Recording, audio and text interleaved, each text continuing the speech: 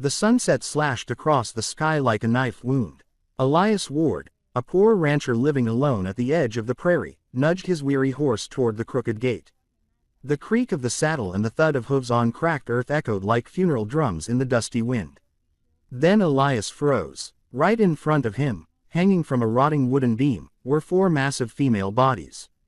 The ropes bit into their shoulders and chests, necks slumped, their large frames swaying gently in the breeze.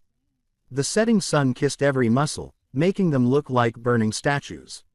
Strands of Apache beadwork clinked together, soft, shattered chimes whispering sorrow into the wind. On the post beside them, a wooden board bore a crude carved message, "Traitors," and next to it the red seal of Judge Caleb Morgan. Elias felt a cold knot twist in his gut. He tied off his horse and climbed up quickly, cutting them down one by one. The first woman hit the ground like a falling log, still breathing but faint. The second blinked, her dark eyes open, staring through him like glass.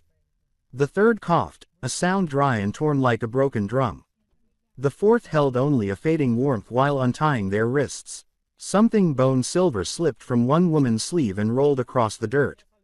A pendant etched with a winding river.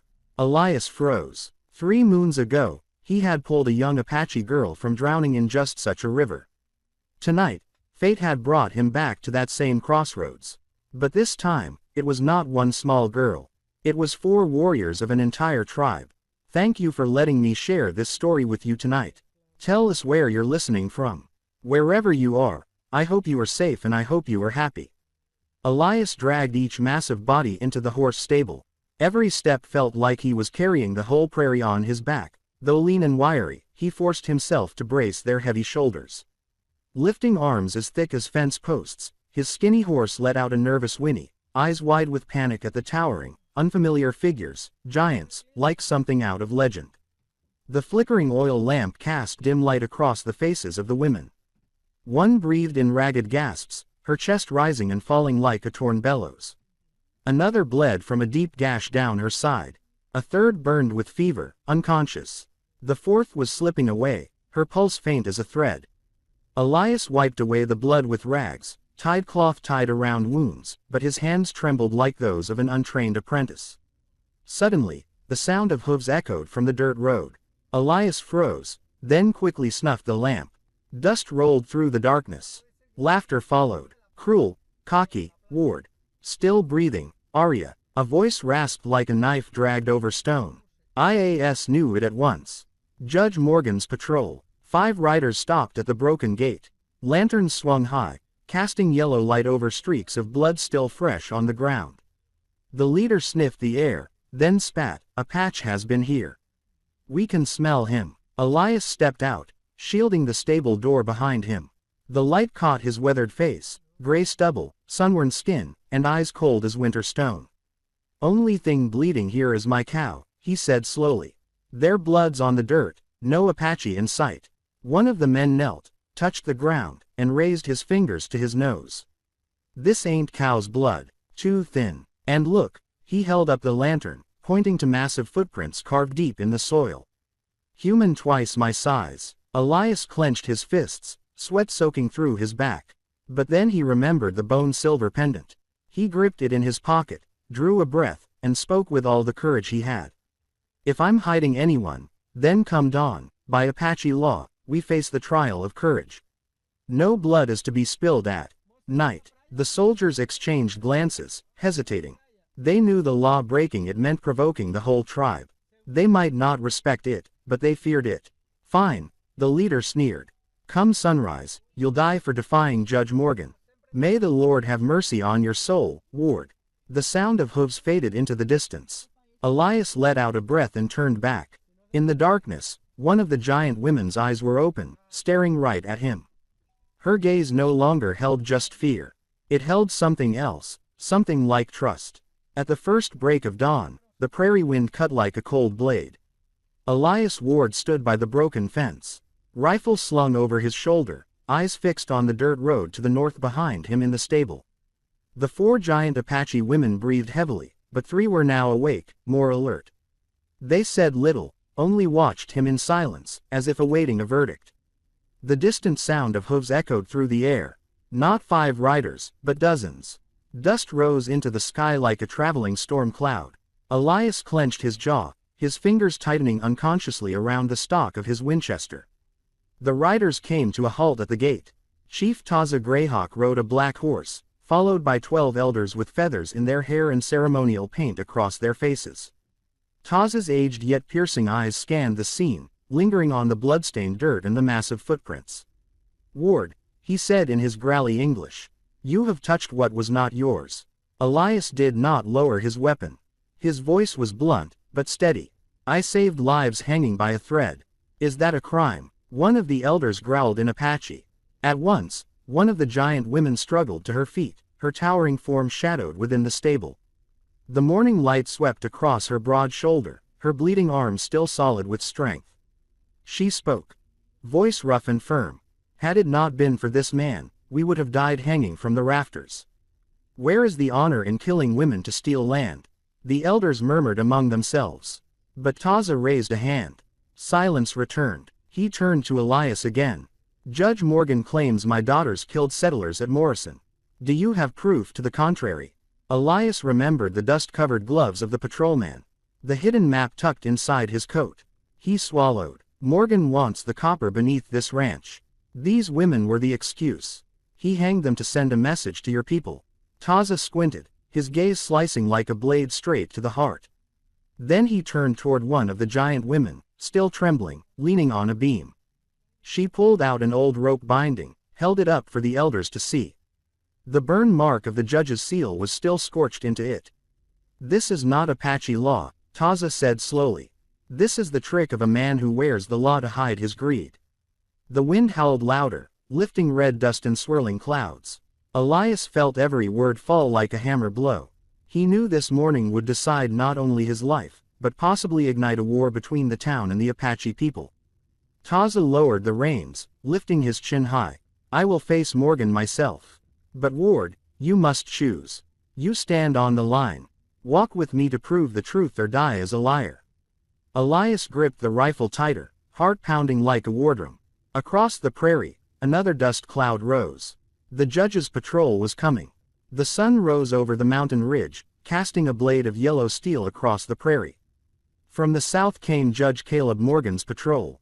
Nearly 20 armed men, dust-covered coats flapping, rifles strapped to their saddles. Before Elias's rotting fence, no smoke had risen yet, but the scent of death already hung in the air. Judge Morgan rode a gray horse, his black coat fluttering like the wings of a crow. His face was rough-hewn, his eyes cold as stone, the brim of his wide hat casting half a shadow. He stopped directly across from Chief Taza Greyhawk, not even bothering to remove his gloves. "Ward," Morgan screeched, "I warned you long ago. Now you harbor these 4 monsters, you've turned your back on federal law. This land will be seized, and you'll hang alongside them." Elias didn't move, his eyes locked on Morgan. But before he could speak, Taza stepped forward, his voice booming across the open field. "What law allows you to hang women to steal land?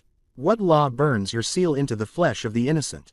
Morgan sneered. He pulled a rolled document from his coat and held it high. "Rants for the arrest of these 4 for the murder of the Morrison family. You want proof. Here it is." Taza let out a dry laugh. He tossed the scorched rope into view. Its judge's seal still blackened and crusted with dried blood. "This is the proof. The judge's hand is soaked in blood, not the warrior's." The soldiers murmured uneasily. A few glanced at Morgan with uncertain eyes. He gripped his reins tight, face twisting in fury. "Do not listen to this old fool. He just wants to drag you into tribal war."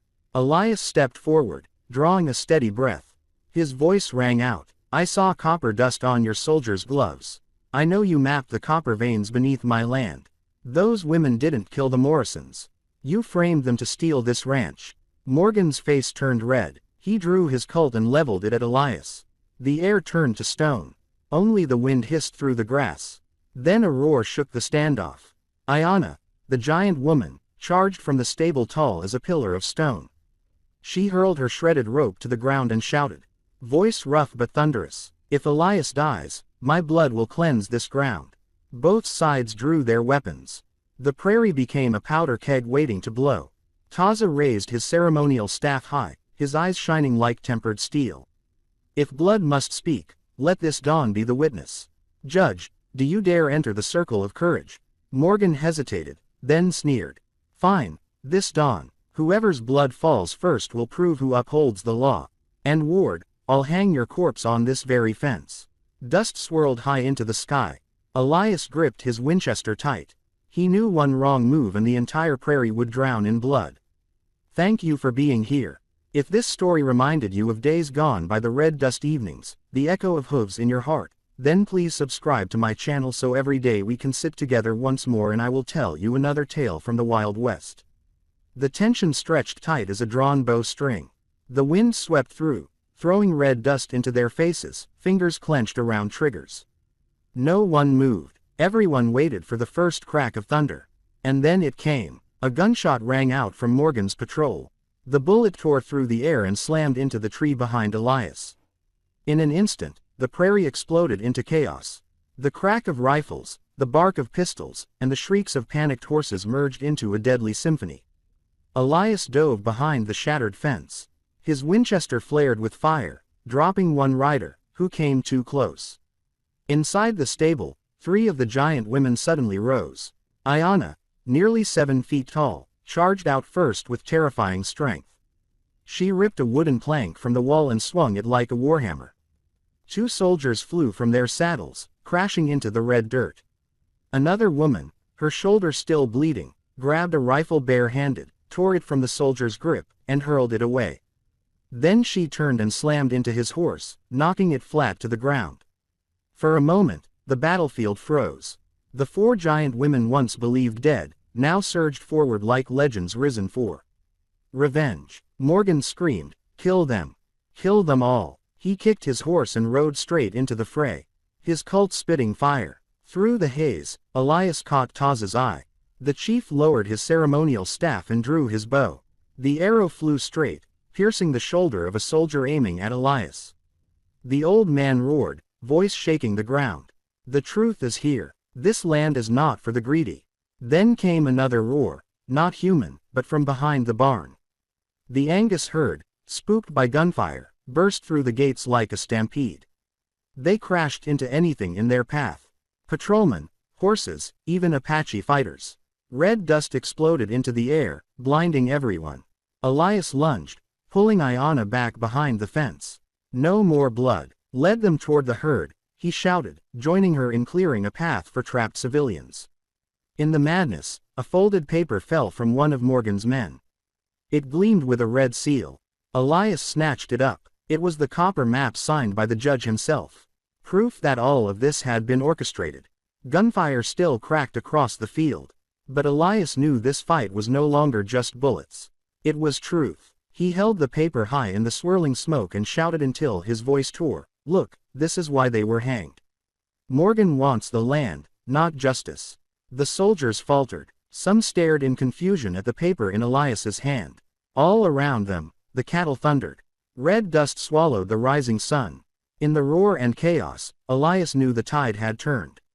The stampede thundered on, red dust swirling like a desert storm. Amid the chaos, the gunfire, the screaming horses, the shouting, Elias still held the copper map high. Sunlight pierced through the smoke, setting the judge's red seal aglow like a fresh wound. "This is the real reason," Elias shouted. "He wants the copper beneath this land, not justice." His voice cut through the gunfire. Some of Morgan's men faltered, their rifles lowering. Doubt crept in. Were they serving the law or lining his pockets? Morgan screamed. His face flushed purple. "Do not listen. Kill them all." But fear was already spreading through his ranks. Chief Taza rode forward, lifting his ceremonial staff. His voice boomed like thunder. "This judge does not speak for the law. He is a thief in robes of justice.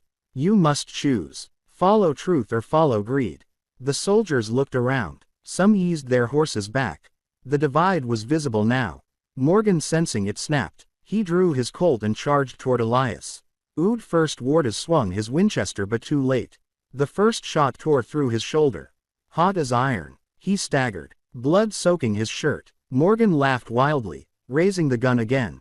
But Ayanna was faster. She charged, her towering form blocking Elias like a wall of flesh and fury. Her massive hand caught Morgan's arm and twisted hard. The Colt fell to the ground, discharging harmlessly. Morgan screamed, his arm bent backward. Broken. You hanged my sisters like cattle. Anna growled, voice like breaking stone. Now justice will hang you. She lifted Morgan from his saddle like a sack of grain and hurled him to the dirt. Dust flew. He scrambled, eyes wild, drawing a hidden dagger from his boot. But before he could strike, an arrow slammed down beside his hand, pinning the blade to the earth. Taza sat firm atop his horse, his eyes like steel. No more blood. We reveal the truth. We do not turn this place into a slaughterhouse. Elias collapsed to one knee, clutching his wound. The three other women rushed to shield him, their broad shoulders blocking out the sun. And in that moment, Elias saw clearly this was no longer a war between whites and Apaches. It was a battle between greed and justice. The cattle had scattered, leaving the earth torn and trampled. Morgan, soldiers, watching their leader brought low, began to drop their weapons. A few tossed their badges to the ground and rode away. Morgan writhed, hatred still burning in his eyes like live coal. I'll be back, he roared. I'll bring the federal army and burn you all down. Taza looked down at him, voice cold as stone. Tomorrow, justice will come from the hands of the tribe, and that decision will reshape this entire prairie. Iaz lifted his head, breath ragged. He understood now this dawn was only the beginning. The real reckoning had yet to come. The sun had risen fully over the mountains, its light slicing across the prairie like a drawn blade. The dust began to settle, revealing a strange scene. Judge Morgan lay writhing on the ground, arm broken, eyes filled with venom. His men were scattered. Some had dropped their guns. Others were already running. On the other side, Elias knelt, blood soaking through his shoulder. And behind him, the four towering Apache women stood in aligned giants of their tribe, guarding him like pillars of stone. Tribal Chief Taza Greyhawk rode out into the clearing where the sunlight fell brightest. He raised his ceremonial staff high, and his voice rumbled like distant thunder. Today, the truth stands uncovered. The man who wore the law to steal land has shown his face. But blood has been spilled, and if I do not speak, war will devour both sides. Every eye turned to Taza. Elias pushed himself to his feet. Though blood still oozed, his eyes burned bright, silently asking, "What is to become of me?" Taza looked to Elias, then to the four giant women. He nodded slowly. This man, Outlaw's ward, once saved my daughter by the river. Now he has saved four of our pillars from the noose. Blood debt upon blood debt. Words alone cannot repay such acts. He lowered his staff to the earth. His voice fell like judgment. From this day forth, this land shall be known as the Warden Neutral Territory. It belongs not to the Apache, nor to the judge, but to the honor and blood spilled here. Elias Ward and the four sisters shall guard this ground. All who enter must lay down their weapons. This will be a place of peaceful exchange to end the cycle of blood. The prairie fell into silence. Even the wind seemed to hold its breath. A tribal elder furrowed his brow. Can we trust a white man?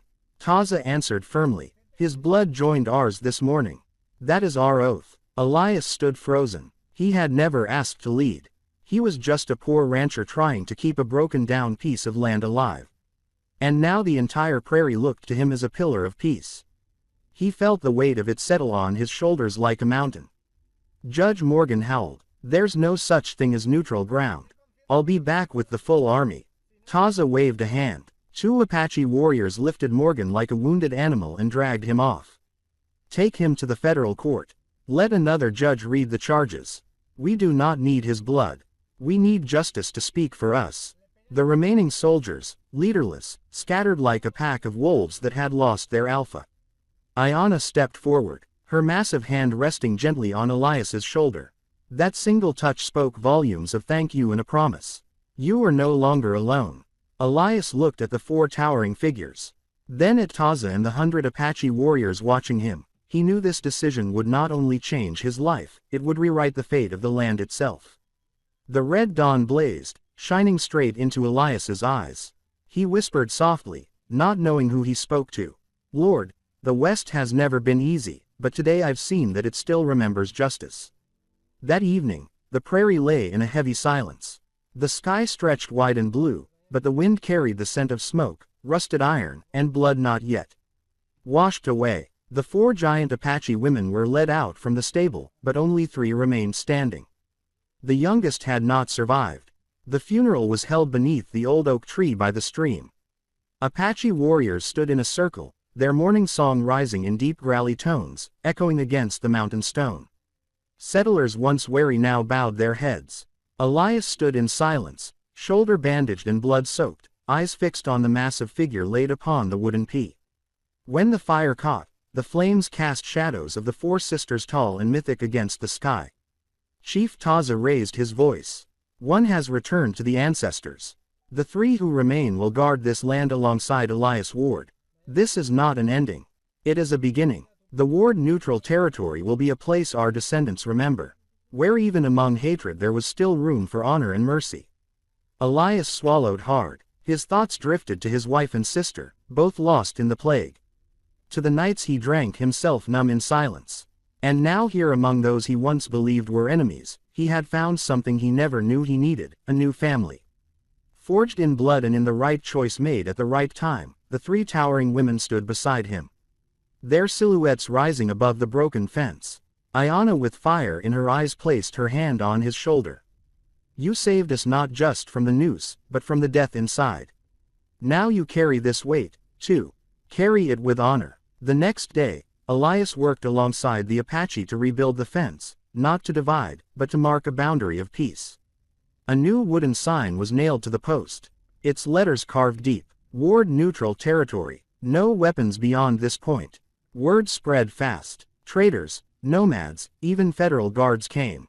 At first, out of curiosity. Then, out of respect, they saw with their own eyes the 3 giant women and the lean rancher who stood beside them, guarding a place of trade where no gun dared speak. At sunset, Elias sat on the porch, watching the red sun sink below the horizon. The scent of funeral smoke still lingered, mingling with the smell of dry straw. He whispered as if speaking to the one who had passed, the West does not measure a man by land or bullets. It measures him by the moment he chooses to help the helpless even when death waits above his head. And today I made that choice. The evening fire lit up his weathered face. But in Elias Ward's eyes, for the first time in many years, a light flickered, the light of a man no longer alone. Friends, there comes a time when land and guns mean little. What holds us up is the courage to reach out and help, even when danger is at our throat. Because in the end, it is honor and kindness that rem long after the prairie is covered in dust. My greatest wish is for you to be happy and healthy. Please help me make that wish come true.